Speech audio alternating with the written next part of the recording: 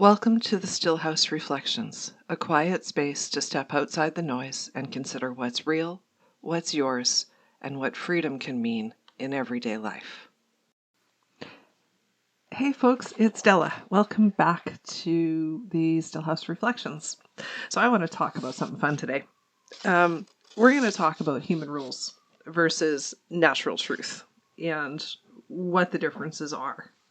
So human rules is sort of a term that I made up that describes things like human morality, ideas around right and wrong, good and bad, belonging versus acceptance, obligation versus responsibility, approval or lack of, those kinds of things. All of those constructs, they're human rules.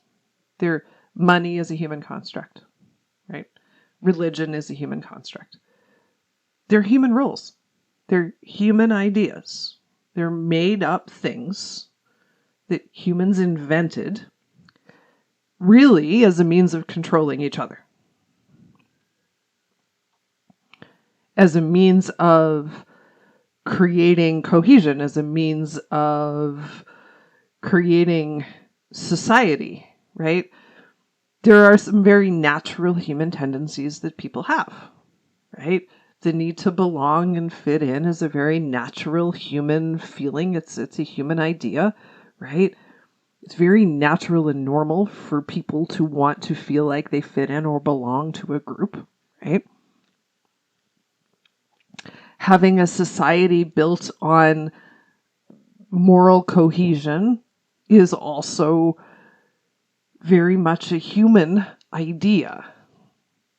Moral cohesion made it easy for people, for governments and systems to implement laws. When we all agree that stealing is bad, regardless of why, then it's easy to implement punishment. That's the idea behind those human rules. But those human rules aren't based on natural truth. They aren't based on universal truth. They aren't even based on religion. They aren't based on anything other than human ego. There are very few universal laws. There are very few universal truths. And so if we were to build a society around universal truth, what would it look like? It would look like radical freedom because there is complete acceptance. God is the God of all that is, if you believe in God. If you don't, just ignore this part. But God is the God of all that is. God is not the God of all that's good. So God created a spectrum of experience. Right? There was a spectrum of experience. What you and I view as sort of joy, really, really good, love, and then despair, sadness, pain, hate on the other side, and a whole spectrum of things in between. A whole range of emotions and types of experience in the middle. God didn't have the human judgment of those as being right and wrong, good and bad. God may have had some idea of wanted and unwanted. There may have been an awareness that, well, humans probably aren't going to like this and they're probably going to love that. Right? There's that going on, sure. But in order for there to be a spectrum, in order for there to be balance, you need both. The reality is that humans have a sense of duality. In order to understand hot, you need cold. In order to understand wet, you need dry. In order to understand right, you need wrong. In order to understand bad, you need good. In order to understand joy, you need sadness, and vice versa. All of those things. We have that sense of duality. That sense of duality is how we make sense of our world. It's how we understand things. We need something to hook our understanding on, right? Teachers learn this quickly. In order for people to learn something, you need to hook it to something they already know. You can't just bring in new information that floats over here by itself, right? It needs to hook on something. It needs to have something to land on in order to make sense. Because if it doesn't connect to you in some kind of a way, to your prior knowledge or to your lived experience or to your idea of things, then you're just simply, it's floating out here and you're just simply going to abandon it. It's going to go away. So in order for people to actually learn, there needs to be connection. Right? So when you're learning about wet, you connect to what dry means. When you're learning about hot, you connect to what cold means. When you're learning about up, you have to understand down. So you need to understand one in order to understand the other. So we create that relationship. That is the spectrum of experience. You need a relationship. If you lived in a world where everything that happened was from your perspective on the bad side of the spectrum, everything was painful, everything was bad, everything was negative, everything was awful, you wouldn't actually know it was awful because you wouldn't have anything to compare it to.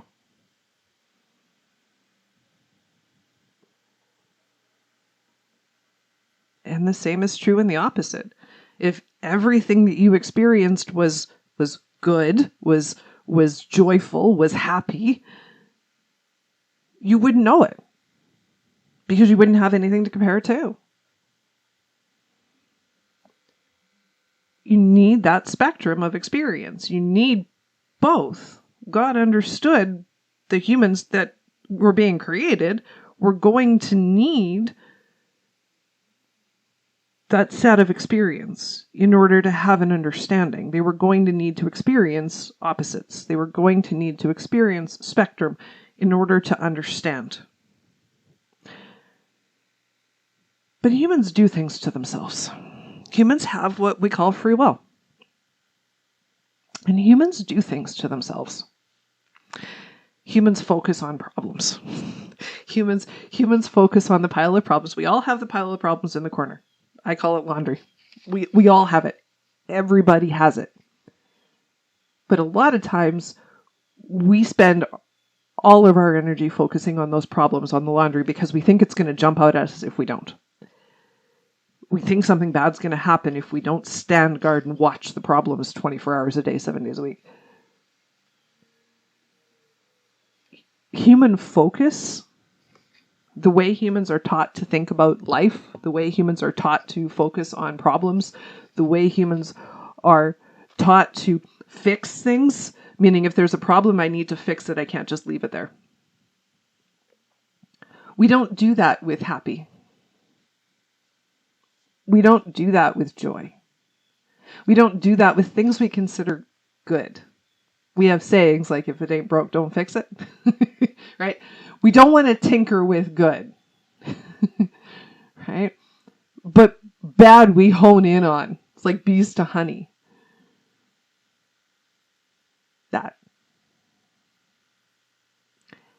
That creates sabotage. We sabotage ourselves that way. Because we take the joy out of an otherwise good experience. Did you have a bad 5 minutes or did you have a bad day? Did you have a bad day or did you have a bad week? Did you have a bad week or did you have a bad life? What are you paying attention to?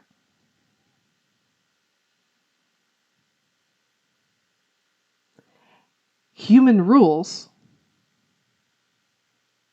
morality, religion, right and wrong, good and bad, how it's supposed to be, what it should look like, all of that, the should and supposed tos of the world, all of those ideas force you into thinking that you need to fix bad and eradicate bad. You need to get rid of everything that's bad. Right? So like if we were somehow magically able to stop people from killing each other,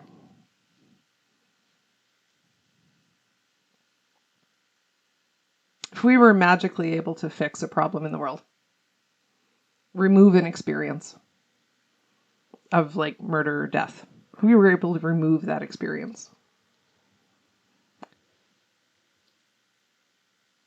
you have to understand that there's still an emotional spectrum in play. The emotional spectrum that humans have, from joy to pain or grief, despair, mirrors and parallels the spectrum of experience that we have. Even if we take away an experience off of one end of that spectrum, we still have the emotion, because you can't get rid of the emotion. So people are just going to feel more strongly about what we would think of to be lesser experiences. Right now, you would think of it almost as an overreaction. But really all it is people using experience to feel. The feeling is going to happen anyway, regardless of what the experience is that triggers it. So we could remove every experience that one considered to be bad, right? We could lop off the entire end of the spectrum of experience and remove everything that we consider to be negative and only be left with things that we consider good. But the human emotional spectrum would remain the same, and it would simply fit into that new spectrum of experience that we have, and you would still feel the equal amounts of joy and pain that we do now. It would just relate to different types of experiences. Because humans are naturally built to feel those things. Eradicating the experience does not eradicate the feeling. We're simply going to use different experiences to feel the same things.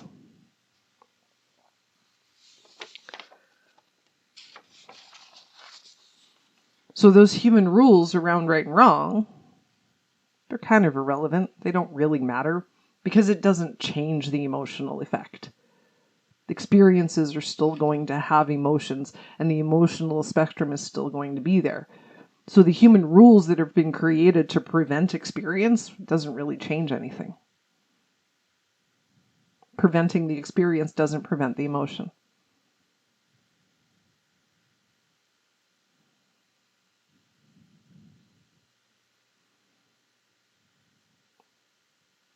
Natural universal law says experience and everything just is. Now, some of that is philosophical. We call it existentialism. But the philosophical idea that experience just is means the experience was created from a neutral standpoint. God is a neutral, omnipotent being, not as someone with anger management issues, not as someone out to punish. Right? What did religion do? Religion took God, an omnipotent being, an all-loving being, but then there was experience that was bad, that they didn't like. So instead of attributing the bad experiences to the God, and make the God of all that is, we needed cops and robbers. So we invented the devil.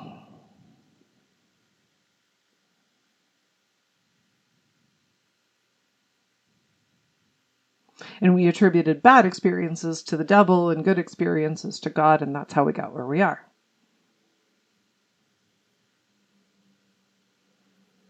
But really, the universe is neutral.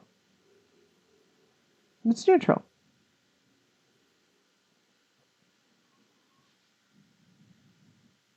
When the lion kills another animal to eat for dinner, you don't say that's awful.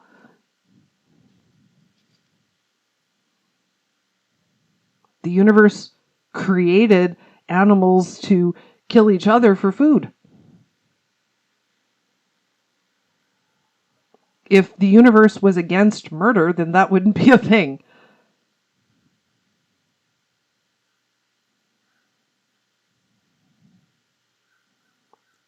So clearly it's neutral.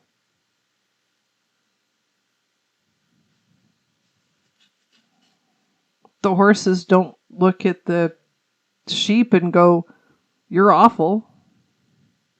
Horses don't look at pigs and say, "Why do you roll around in the mud? You're crazy." They don't do that. They don't have judgment of each other. Right? That's a human construct.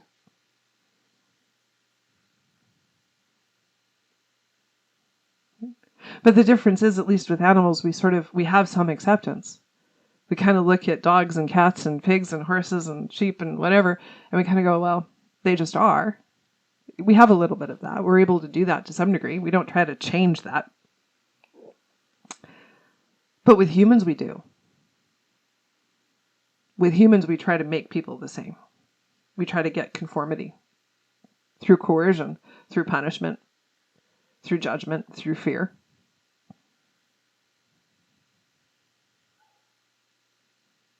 And we use human rules to do it.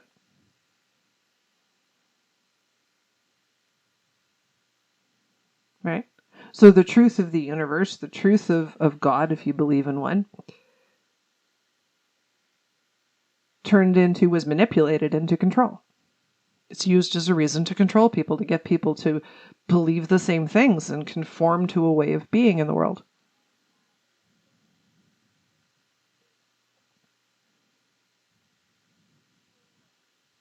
Right? And then the fear of what happens if you don't do that means you'll obey. You'll follow the rules. To some degree. Is that hard and fast? Does it work every time? No. No, we have rules against murder, but people kill each other all the time. We have rules against speeding, but everybody speeds. we have laws that says you're supposed to stop at the stop sign. People don't do that either. Right? There are all kinds of rules. Most people kind of half follow.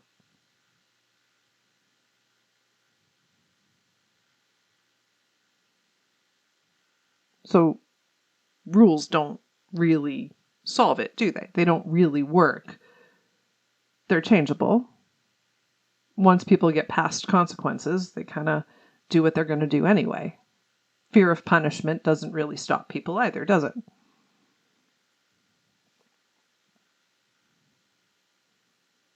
It's that. So what would happen if you removed all the human constructs? What would happen if you remove the human rules? Judgment and fear and morality and all the things. What would happen if you removed all the human rules and just let people live? Most people believe it would be chaos. And I agree to a point. If you did that in our society right now, which makes people fend for survival because of manufactured lack and scarcity, yes, it probably would descend into chaos. But if you created a world where people didn't have to struggle to survive, where food, clothing, shelter, healthcare, and education were all freely provided for everybody, and then said, okay, you don't have to fight for survival, that's off the table. Now you get to do whatever you want, make your own radical choices, build a life you actually want.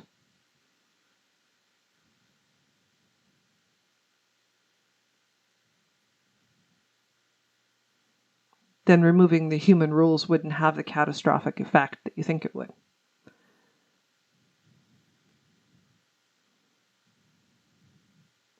Because people wouldn't be clawing for survival, for resources, for food. Nobody would be homeless. There would be no poverty. Nobody would be struggling to eat, and they wouldn't have to take a job they don't want just because they can't afford to go to school. That.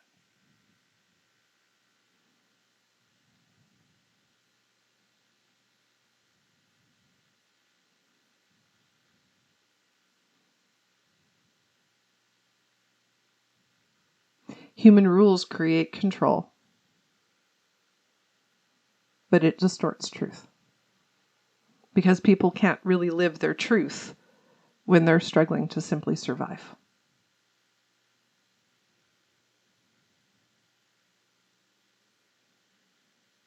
And we can do better. We can do better than that. We can create a different system. Take survival off the table. And free people from the human rules, which are all just lies anyway. None of that stuff is true.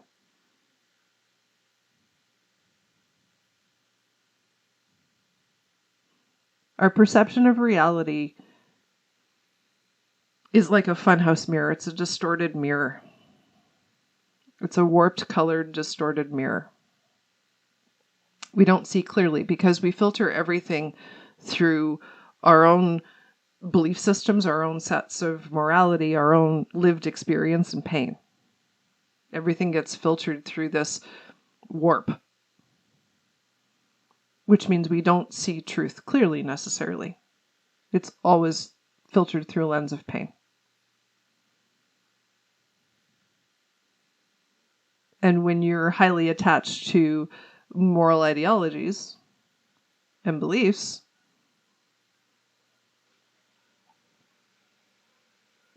that distorts it even further. When you're highly attached to ideas around right and wrong, it distorts it further. Because immediately an experience happens and you've already determined whether it's right and wrong before you've even had a thought in your head. There is an immediate innate judgment that occurs before you've even had a conscious thought.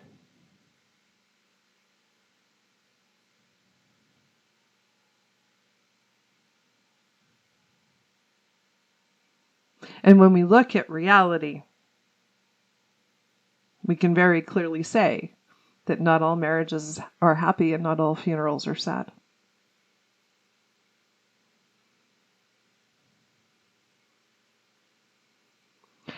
The idea, the blanket idea of marriage as good and funerals as bad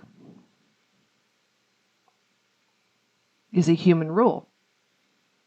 So you're made to feel guilty when the marriage doesn't make you happy and the funeral doesn't make you sad.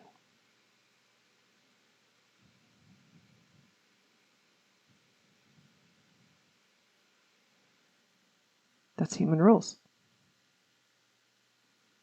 It's a preconditioned, pre-programmed response that you're supposed to have to certain types of experiences, and if you don't have that, there's something wrong with you. It's not true.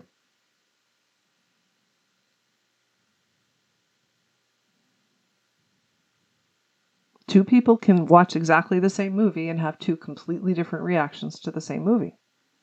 Have two completely different judgments of the same movie. Two completely different ideas of the same movie. You can sit side by side in the movie theater. That's human perspective. That's perception at play. And it shows you blatantly how different and varied human experience and human perception can be. And instead of accepting that, we try to make people conform to this is how you should see this event. This is how you should see this thing.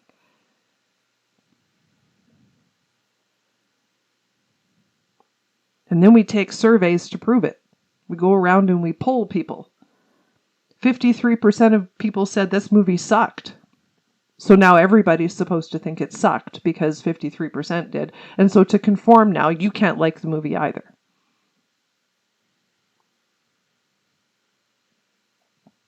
Those are human rules.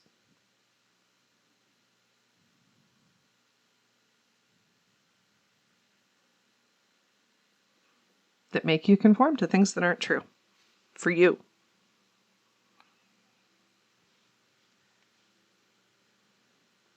I'm not offering you the idea that we should go out there and create anarchy. We're not breaking rules just to break rules. What I want you to do is get clear on where the rules are helpful and where the rules create more pain than they solve. And there are plenty of places in life where the rules, the perception of how it should be or how it's supposed to be, creates more pain than how it is. Learning to leave the experience as it is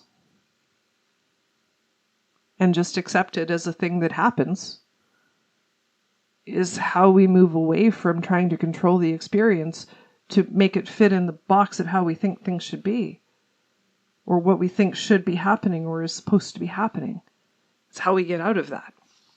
It's not easy to do, but that's the job. As I've worked through my own stuff and continued to question my own perspective, and to find truth, because I was going for truth, what's actually true, not necessarily what my truth is, although I've had to do that too, but from a broader place. This is how the world generally sees this thing. Is that actually true? And really look at those things. Really understand, maybe those rules that we have aren't necessarily the most helpful things in the world. And maybe if we left more experiences alone to just be as they are, we'd create fewer difficulties for ourselves. I see it now as humans create more problems than they ultimately solve, and they actually put a lot more pain into experience than the experience would offer them if left alone on its own. Humans create their own struggle a lot of the time. Society is built on creating struggle. The entire thing is built on creating struggle. And human rules don't help that. Moving back towards natural law, moving back towards just letting things be as they are, and moving away from human rules and control will allow people to find truth and fulfillment and radical freedom in a way that they haven't before. All right, I'm going to leave it there. Thanks so much for watching, everybody. And I'll see you on the next Stillhouse Reflections. Bye for now. Thanks for spending this time with me. May these reflections stay with you and keep opening new ways of seeing until we meet again at the Stillhouse.